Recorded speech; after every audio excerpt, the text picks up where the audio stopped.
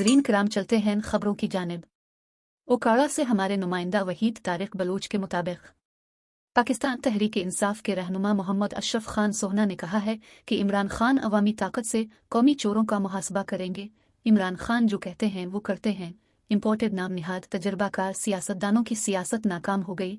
PTI के दौरे हुकूमत में इलेक्शन की तकरार करने वाले अब खुद इलेक्शन से भाग रहे हैं। इन ख्यालात का इजहार उन्होंने सहाफ़ियों से गुफ्तगू करते हुए किया। अशरफ खान सोहना ने कहा कि नाम निहाद तजर्बाकार सियासतदानों की सियासत इमरान खान ने नाकाम बना दी। अवाम कल भी इमरान खान के साथ थे और आज भी साथ हैं। इलेक्शन में ताख़ीर से पीडीएम की रही सही साख भी डूब जाएगी और सियासी फ़ायदा तहरीक इंसाफ को ही होगा। उन्होंने कहा कि इम्पोर्टेड हुक्मरान अपने मनफी और ओछे हथकंडों से बाशऊर अवाम को गुमराह नहीं कर सकते।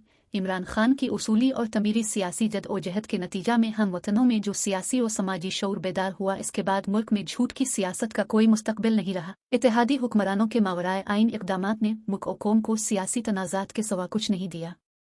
उन्होंने कहा कि इमरान खान को अपने वतन और हम वतनों के मुस्तकबिल के सिवा कुछ सुझाई और कौमी ज़मीर की सच्चाई के सिवा कुछ सुनाई नहीं दे रहा। इमरान खान ने कौमी चोरों के बेरहम एहतसाब का जो बेड़ा उठाया है वो इस पर समझौता नहीं करेंगे। अब तक के लिए इतना ही। मज़ीद खबरों के लिए चैनल को सब्सक्राइब करना ना भूलें। अल्लाह निगहबान।